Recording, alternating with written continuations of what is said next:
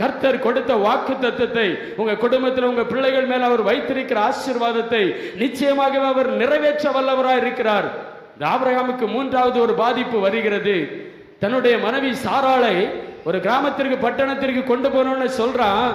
அம்மா, நீ என்னுடைய சகோதரி என்று சொல்லு, மனைவின்னு சொல்லாத, ஏனென்றால் அந்த ராஜாவின் நிமித்தம் எனக்கு ஆபத்து வர நேரிடும்.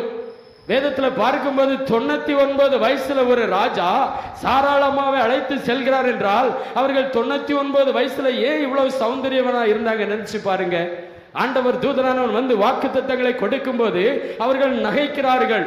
75 வயது இருக்கிற போது என்னாலேயே முடியும், என் கற்பம் செத்து போயிற்று, என்னால எப்படி முடியும்? 99 வயசுல ஒரு ராஜா அழகும் சௌந்தரியம் உள்ளவள் என்று சொல்லி அழைத்து கொண்டு போகிறான். பாருங்க தேவனுடைய மகிமை, தேவனை சார்ந்து இருக்கிற பிள்ளைகளின் மகிமை எப்படி இருக்கிறதுன்னு பாருங்க. அவருடைய முகம் அவ்வளவு பிரகாசமாய் இருந்திருக்கிறது. ஏன் தெரியுமா? அவர்களை கொண்டு 100 வயசுல ஆபிரகாமை ஆசீர்வதிக்க வேண்டும் என்பது தேவனுடைய திட்டங்க.